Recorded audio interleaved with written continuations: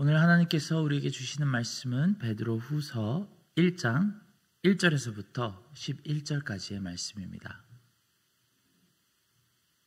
베드로후서 1장 1절에서 11절까지의 말씀을 저와 여러분이 한 절씩 교독하시고 마지막 11절을 함께 읽겠습니다.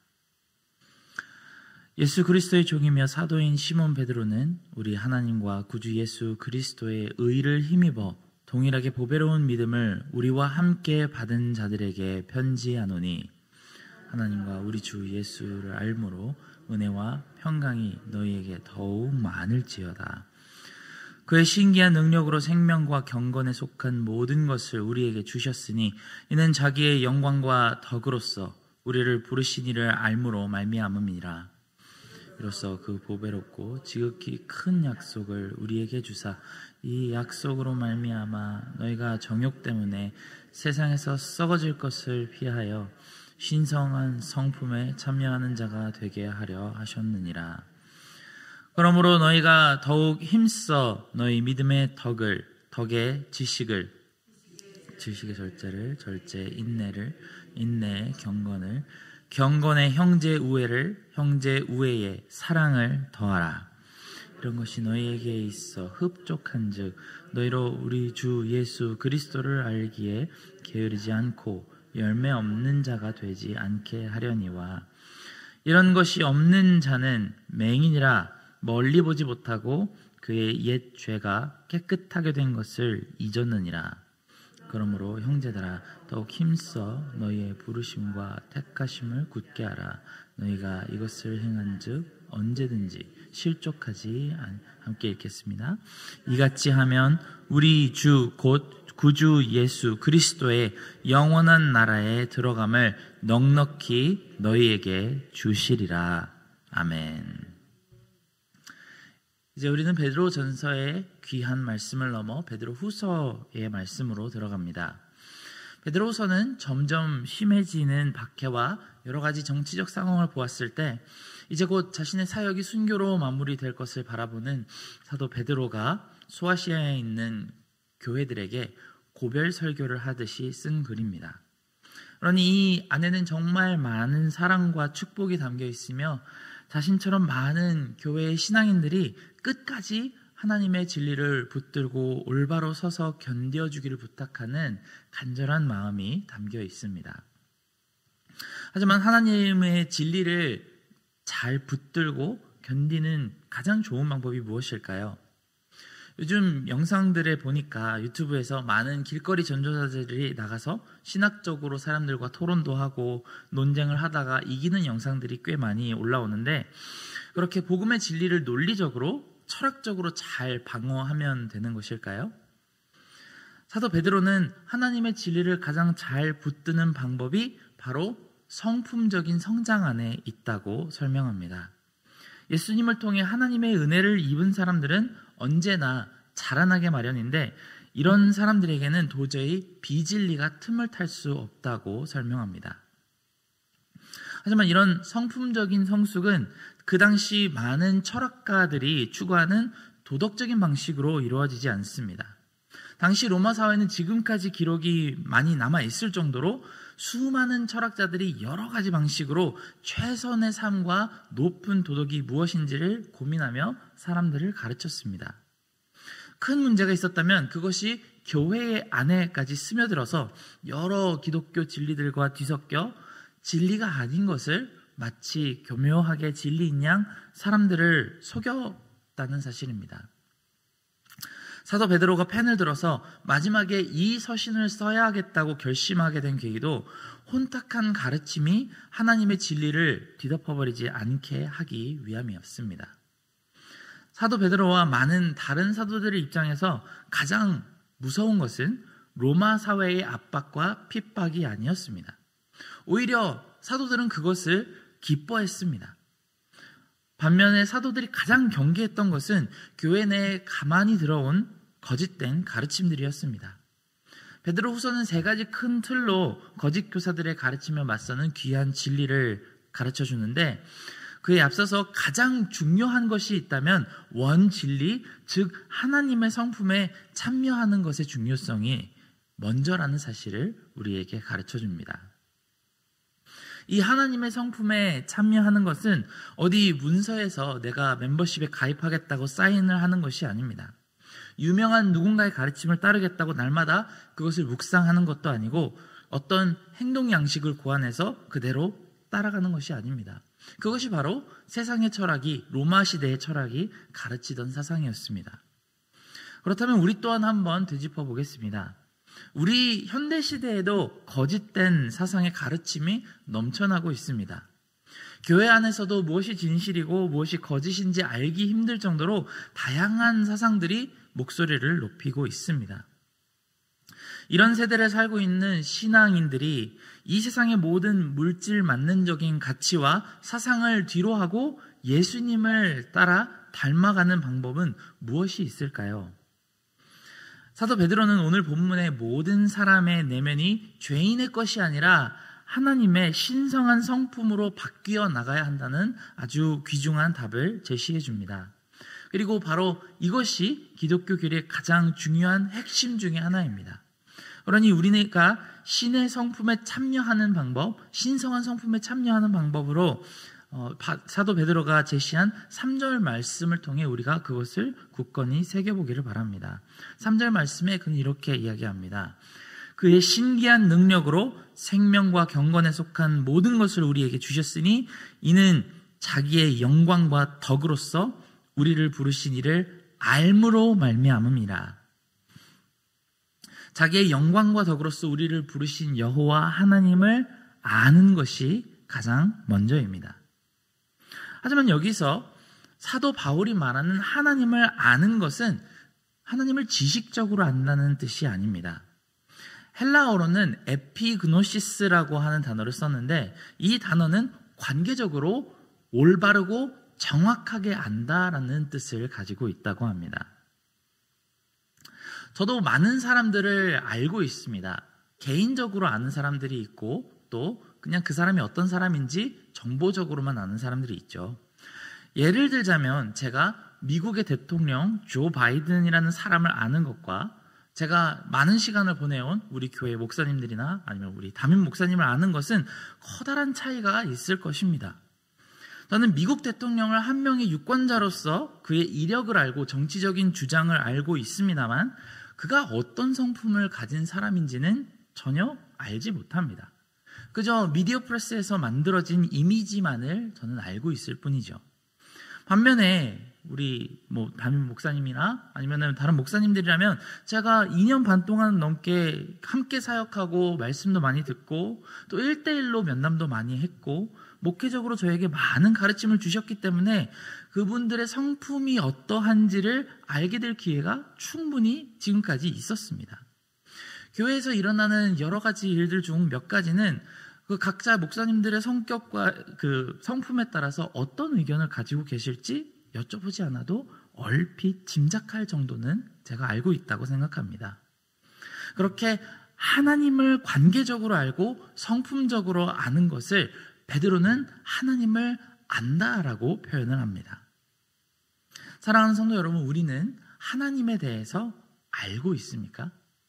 세상에 많은 사람들이 그저 인터넷을 뒤져서 찾을 수 있는 정도의 지식이 아니고 그분의 생각과 뜻을 짐작할 수 있을 정도로 그리고 그분의 성품이 어떠하심을 1대1로 인격적인 경험을 통해서 알고 계십니까? 우리는 그분을 그렇게 긴밀하게 아는 것이 너무나도 중요합니다. 왜냐하면 베드로의 말과 같이 우리가 하나님을 개인적으로 아는 것을 통해 하나님은 우리에게 신기한 능력으로 생명과 경건에 속한 모든 것을 우리에게 주셨다고 하기 때문입니다. 성경적으로 봤을 때 방금 말씀드린 이 생명과 경건에 대해서는 이야기하자면 나눌 것이 너무나도 많습니다. 그것이 지루한 정보로 나열되어 있는 것이 아니고 너무나도 힘차고 영광스러운 내용들로 펼쳐질 주제들이지만 그것은 말로 설명하기보다는 정말 오늘의 말씀처럼 하나님을 알아가면 알아갈수록 우리가 직접 받아서 누릴 수 있는 그런 하나님의 능력이 되었으면 좋겠습니다. 생명이란 바로 예수 그리스도의 십자가와 부활로 인해 우리가 온전한 새 사람으로 거듭남을 이야기합니다. 이 거듭남은 나중에 우리가 죽은 다음에 하나님 나라에서 영원히 행복하게 사는 것을 말하지 않습니다. 예수님의 구원이 우리 마음속에 심기는 그날부터 우리는 거듭남을 통해 완전히 새로운 인격적인 변화를 받는 것을 뜻합니다. 마치 예수님을 만난 우물가의 여인이 물동이를 떨어뜨리고 온 동네 사람들에게 달려가 그 기쁜 소식을 전했던 것과도 같습니다. 삭개오가 뽕나무에서 내려와 예수님과 먹고 마시며 모든 자기 재산을 팔아 나누어 주겠다고 고백한 것처럼 이런 변화를 두고 거듭남이라 새로운 생명이라고 성경은 설명합니다. 또한 경건이란 많은 바리새인들이나 서기관처럼 겉으로 보이는 종교적인 삶의 양식을 말하는 것이 아니라 오순절날 성령님의 방문을 받은 제자들처럼 자신뿐만 아니라 주변에 있는 모든 사람들에게 하나님의 영광이 나타나게 하는 것을 바로 경건이라고 합니다. 우리는 경건이라는 단어를 들을 때 굉장히 정적이고 수동적인 것을 생각하는데 성경에 나오는 경건, 영어로 sanctify라고 하는 그 단어는 굉장히 동적이고 능동적인 상태로 나타납니다. 굉장히 더럽고 쓸모없는 무언가를 하나님께서 쓰실 수 있을 만큼 깨끗하고 정하게 만들어가는 변화로 표현하는 것이 바로 경건입니다. 이러한 생명과 경건이 바로 하나님을 인격적으로 아는 것으로부터 시작된다고 합니다. 그리고 우리는 교회 생활을 하면서 정말 이런 일이 일어날 수 있다는 사실을 잘 알고 있습니다. 교회 안에는 절망적인 삶 가운데서 예수님을 만나 완전히 삶이 180도 변화한 사람들의 이야기가 많이 있습니다. 우리는 하나님을 안다는 것이 얼마나 새롭고 경이로운 능력이 있는지 이미 잘 알고 있습니다. 그리고 하나님을 처음 알게 된 그 순간뿐만이 아니라 지속적으로 알아가면 알아갈수록 그것이 더 큰 힘을 얻게 된다는 사실을 잘 알고 있습니다. 하지만 하나님의 뜻은 원래 우리의 모습에서 조금 더 나아지는 것이 목표라고 이야기하지 않습니다. 4절에 보면 하나님의 궁극적인 목표는 우리가 바로 경건한 하나님의 성품, 신의 성품에 참여하는 것까지라고 말씀을 하십니다. 신의 성품에 참여한다. 이것은 너무나도 크고 넓어서 우리 속으로 담기가 힘든 말씀입니다. 우리가 감히 어떻게 하나님의 성품에 참여하게 될 수 있을까요? 그것은 너무나도 놀라운 표현입니다. 물론 그리스도의 형상을 담는다거나 우리가 그와 같은 모습을 얻게 된다는 등 여러 비슷한 표현들이 성경 내에서 등장하지만 이렇게 신성한 성품에 참여한다라는 표현은 베드로가 유일하게 사용합니다. 이 표현이 너무나도 광대한 만큼 애매한 점도 있습니다. 우리는 지금부터 무엇을 하면 그렇게 신성한 성품에 참여할 수 있게 될까요? 우주의 먼지와도 같은 우리가 무슨 노력을 어떻게 해야 하나님의 성품에 참여할 수 있을까요? 우리는 이 말씀 앞에서 사실 거대한 담벼락에 막힌 것 같은 느낌이 들 수밖에 없습니다. 아마 예수님 이전 시대 사람들이 이런 표현을 듣는다면 그 암담한 심정을 느꼈을 것이 당연합니다. 하지만 사도 베드로는 우리가 이 땅 위에 살며 신성한 성품에 참여하는 방법이 무엇인지를 꼼꼼하게 훈련받은 인물입니다. 바로 예수 그리스도를 통해서 그 정답이 되는 모델을 3년 동안 지켜보았던 것입니다. 온 우주를 다스리시며 모든 피조 세계를 조율하시는 위대한 하나님의 신성한 성품이 만약에 인간이 되어서 이 땅에 나타나 산다면 어떤 모습으로 살 것이며 매 순간 어떤 결정을 내릴까요? 이 거대한 질문에 대한 해답이 바로 예수 그리스도의 삶이었습니다. 제가 여러 목사님들을 2년 반 동안 옆에서 뵈면서 우리 교회에 어느 정도까지는 예측 가능한 퍼스널리티 모델을 구축할 수 있었던 것처럼 베드로도 예수 그리스도를 보며 어느 정도까지는 진정한 하나님이자 진정한 사람의 퍼스널리티 모델을 얻어낸 것입니다. 만일 이런 상황이었다면 우리 주님이신 예수님은 어떻게 하셨을까? 저런 말을 들으실 때 예수님은 어떻게 응답을 하실까라는 이런 귀한 질문들에 대한 귀한 인격 데이터를 예수님을 통해 가지게 된 것입니다. 그러다 보니 너무나도 광대해서 상상도 가지 않던 신성한 성품이 인간의 삶 속에서도 적용할 수 있는 성품적인 원칙으로 그에게 정리가 되었습니다. 딱히 남에게 친절하고 배려 있게 행동해야지라고 생각을 하지 않더라도 내가 오늘 하루 예수님을 따라 살아봐야지, 그분의 흉내를 내어봐야지라고 결심하고 행동을 한다면 자연스럽게 가장 고차원적인 성품이 형성되는 그런 원리를 사도 베드로는 배우게 된 것입니다. 그런데 베드로는 이것을 이길 수 있는 법칙이 없다고 합니다. 예수님을 모델로 삼고 그분의 성품의 너무 아름답고 매력적인 그 모습을 나도 따라 해보고 싶다는 그런 사람들에게는 어떠한 거짓 교리를 가르쳐 본들 그것이 귀에 들어가지도 않을 것이고, 비진리로 속이려고 해본들 스며들 구멍이 없을 것입니다. 베드로는 오늘 말씀 중에 구체적으로 자신이 본 예수님의 7가지 성품을 제시합니다. 바로 덕과 지식과 절제와 인내와 경건과 우애와 그리고 사랑입니다. 그리고 8절 말씀에서 설명하는 것처럼 이런 것이 우리 가운데 풍성하게 있다면 우리는 연쇄작용으로 더 예수님의 성품을 깊이 알게 되고 성품적으로 더 발전하게 될 것이 분명합니다. 한 사람에 대해 이해하는 가장 좋은 방법은 잠깐 그 사람이 되어보는 것이라는 말이 있는 것처럼, 예수님의 성품을 가장 이해하는 좋은 방법은 우리가 살면서 하루하루의 시간 동안 예수님이 되어보는 것입니다. 이렇게 한다면 방금 제가 말씀드렸던 것처럼 사도 바울은 10절 말씀에 언제든지 실족하지 않으리라고 확실하게 선포합니다. 그런데 정말 우리가 날마다 하루하루를 살면서 신성한 성품에 참여하고 예수님이라면 분명히 이렇게 하셨을 거라고 생각하는 대로 옮긴 그 중요한 동기와 목적이 무엇일까요? 우리가 예수님의 성품을 따라가 산다면 우리가 사회 속에서 칭찬을 더 많이 받고 존경받을 수 있기 때문인가요? 그렇지 않습니다. 오히려 이렇게 하면은 사회 속에서 더 많은 박해와 핍박을 받을 수도 있습니다. 초대교회에서부터 지금까지 정말 많은 예수님 닮은 사람들은 거의 항상 박해와 핍박을 달고 살았다고 합니다. 그렇다면 왜 우리는 예수님과 같은 삶을 살고 예수님의 성품을 닮으려고 노력을 해야 하는 것일까요? 그 대답을 바로 11절에 베드로는 이렇게 설명합니다. 이같이 하면 우리 주 곧 예수 그리스도의 영원한 나라에 들어감을 넉넉히 너희에게 주시리라. 예수 그리스도의 영원한 나라에 들어감을 받을 소망이 신성한 성품에 참여하는 것에 있기 때문입니다.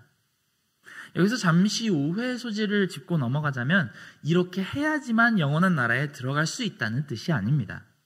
그것은 성경적인 해석이 아닙니다. 반대로 만약에 우리 삶 가운데 이런 현상이 나타나고 마음속에 예수님의 성품이 그려지며 하나님의 뜻이 우리 생활 속에 나타난다면 이보다 더 큰 천국의 증거가 없다는 뜻을 가지고 있습니다.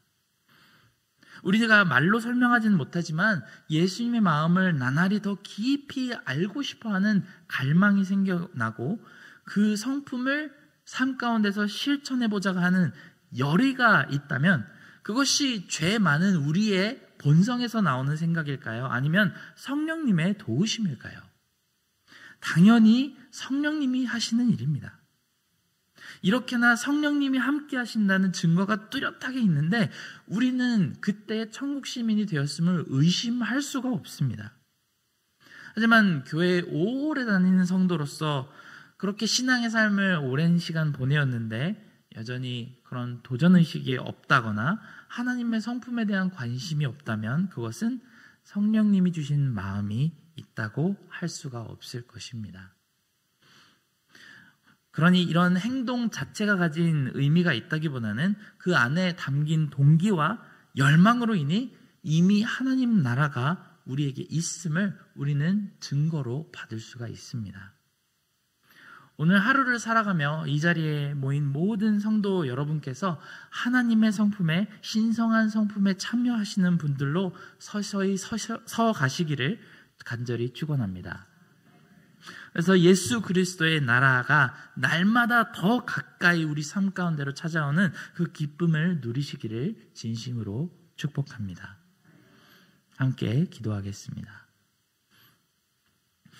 사랑하는 하나님 아버지, 오늘 우리 스스로의 모습을 바라볼 때 우리는 예수 그리스도의 신성한 성품에 가까워져 가 있는 것이 아니고 우리의 죄성 가운데 아직 살아가고 있음을 고백합니다. 하지만 우리 심령 가운데 살아계시는 성령 하나님께서 날마다 예수 그리스도의 형상을 우리 마음속에 더 깊이 새겨주시고 하나님을 인격적으로 개인적으로 아는 지식을 허락하여 주셔서 우리가 날마다 하루하루를 살아가는 동안에 나의 형상이 아니고 하나님의 형상이 우리와 우리 주변 가운데 더 깊이 영광스럽게 나타나게 도와주시옵소서. 모든 은혜에 감사드리며 예수님의 이름으로 기도드렸습니다. 아멘.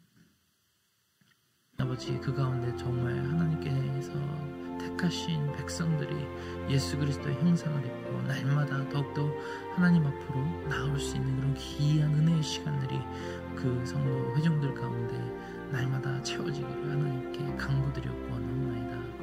하나님 아버지, 이 시간 가운데 하나님께서 정말 하나님이 우리에게 품으신 그 계획과 하나님의 나라를 우리가 더욱더 살펴볼 수 있고 또 그 위대한 영광 가운데로 우리가 걸어 들어가는 것을 기뻐할 수 있게 도와주시옵소서.